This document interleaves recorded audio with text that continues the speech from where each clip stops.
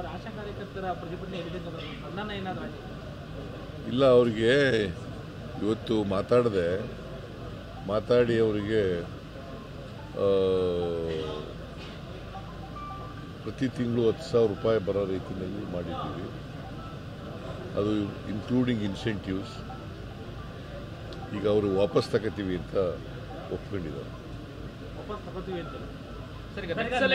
ನೀವು 10,000 ರೂಪಾಯಿ ಇನ್ಸೆಂಟಿವ್ ಬರಬೇಕು ಆಶಾ ಕಾರ್ಯಕರ್ತರಿಗೆ ನಾವು ಮಾತಾಡಿದ್ದೀವಿ ಅಂತ ಹೇಳ್ತೀರಿ. ಇನ್ನೊಂದು ಕಡೆ ಕುಮಾರಸ್ವಾಮಿ ಅವರು ಮತ್ತು ಬಿಜೆಪಿಯವರು ಫೈನಾನ್ಷಿಯಲ್ ಫಿಸಿಕಲ್ ಮ್ಯಾನೇಜ್ಮೆಂಟ್ ಇಲ್ಲ, ಬ್ಯಾಂಕ್ರಪ್ಟ್ ಆಗ್ಬಿಟ್ಟಿದೆ, ಸರ್ಕಾರದಲ್ಲಿ ದುಡ್ಡಿಲ್ಲ ಅಂತಾರೆ. ನೀವು 10,000 ಕೊಡ್ತೀರಿ ಅಂತ ಯಾವ ಥರ ಸರ್ ಇದೆ? ಈಗ ಅವ್ರಿಗೆ 8,000 ಕೊಡ್ತಾ ಇದ್ದೀವಿ. ಅದನ್ನು 10,000 ರೂಪಾಯಿ ಇನ್ಕ್ಲೂಡಿಂಗ್ ಇನ್ಸೆಂಟಿವ್ ಸೇರಿ 10,000 ಕೊಡ್ತೀವಿ. ಒಂದು ವೇಳೆ 10,000 ತಲುಪಲಿಲ್ಲ ಅಂತಂದರೆ ಅವ್ರಿಗೆ ನಾವು ಸರ್ಕಾರ ಕೊಡ್ತೀವಿ. ಅವ್ರು ಇನ್ಸೆಂಟಿವ್ಸ್ ಎಲ್ಲ ಮಾಡ್ತಾರಲ್ಲ, ಅದು ಇಲ್ಲೇ ಹೋದರೆ ಅದು ತಲುಪಲಿಲ್ಲ ಅಂತ ನಾವು ಕೊಡ್ತೀವಿ. 10,000 ಯಾರು ಸಿಕ್ಕರಲ್ಲ ಅವ್ರಿಗೆ ಕೊಡ್ತೀವಿ. ಫಿಸಿಕಲ್ ಪೊಸಿಷನ್ ಹೆಂಗಿದೆ ಸರ್? ಫಿಸಿಕಲ್ ಪೊಸಿಷನ್ ಹೆಂಗಿದೆ? ಚೆನ್ನಾಗಿದೆ. ಯಾರು ಚೆನ್ನಾಗಿಲ್ಲ ಅಂತ ಹೇಳಿದ್ರೆ ಮೈಸೂರಿನಲ್ಲಿ ಈಗ ಸರ್ ಆಶಾ ಕಾರ್ಯಕರ್ತರ ಪ್ರತಿಭಟನೆ ಎಲ್ಲಿದೆ ಸಂಧಾನ ಏನಾದರೂ ಆಗಿದೆ? ಇಲ್ಲ, ಅವರಿಗೆ ಇವತ್ತು ಮಾತಾಡಿ ಅವರಿಗೆ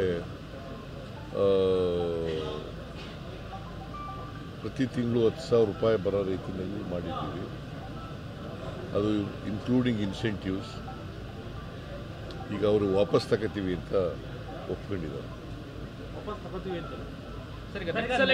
ನೀವು 10,000 ರೂಪಾಯಿ ಇನ್ಸೆಂಟಿವ್ ಬರಬೇಕು ಆಶಾ ಕಾರ್ಯಕರ್ತರಿಗೆ ನಾವು ಮಾತಾಡಿದ್ದೀವಿ ಅಂತ ಹೇಳ್ತೀರಿ. ಇನ್ನೊಂದು ಕಡೆ ಕುಮಾರಸ್ವಾಮಿ ಅವರು ಮತ್ತು ಬಿಜೆಪಿಯವರು ಫೈನಾನ್ಷಿಯಲ್ ಫಿಸಿಕಲ್ ಮ್ಯಾನೇಜ್ಮೆಂಟ್ ಇಲ್ಲ, ಬ್ಯಾಂಕ್ರಪ್ಟ್ ಆಗ್ಬಿಟ್ಟಿದೆ, ಸರ್ಕಾರದಲ್ಲಿ ದುಡ್ಡಿಲ್ಲ ಅಂತಾರೆ. ನೀವು 10,000 ಕೊಡ್ತೀರಿ ಅಂತ ಯಾವ ಥರ ಸರ್ ಇದೆ? ಈಗ ಅವ್ರಿಗೆ 8,000 ಕೊಡ್ತಾ ಇದ್ದೀವಿ. ಅದನ್ನು 10,000 ರೂಪಾಯಿ ಇನ್ಕ್ಲೂಡಿಂಗ್ ಇನ್ಸೆಂಟಿವ್ ಸೇರಿ 10,000 ಕೊಡ್ತೀವಿ. ಒಂದು ವೇಳೆ 10,000 ತಲುಪಲಿಲ್ಲ ಅಂತಂದರೆ ಅವ್ರಿಗೆ ನಾವು ಸರ್ಕಾರ ಕೊಡ್ತೀವಿ. ಅವ್ರು ಇನ್ಸೆಂಟಿವ್ಸ್ ಎಲ್ಲ ಮಾಡ್ತಾರಲ್ಲ, ಅದು ಇಲ್ಲೇ ಹೋದರೆ ಅದು ತಲುಪಲಿಲ್ಲ ಅಂತ ನಾವು ಕೊಡ್ತೀವಿ. 10,000 ಯಾರು ಸಿಕ್ಕರಲ್ಲ ಅವ್ರಿಗೆ ಕೊಡ್ತೀವಿ. ಫಿಸಿಕಲ್ ಪೊಸಿಷನ್ ಹೆಂಗಿದೆ ಸರ್? ಫಿಸಿಕಲ್ ಪೊಸಿಷನ್ ಹೆಂಗಿದೆ? ಚೆನ್ನಾಗಿದೆ. ಯಾರು ಚೆನ್ನಾಗಿಲ್ಲ ಅಂತ ಹೇಳಿದ್ರೆ ಮೈಸೂರಿನಲ್ಲಿ ಈಗ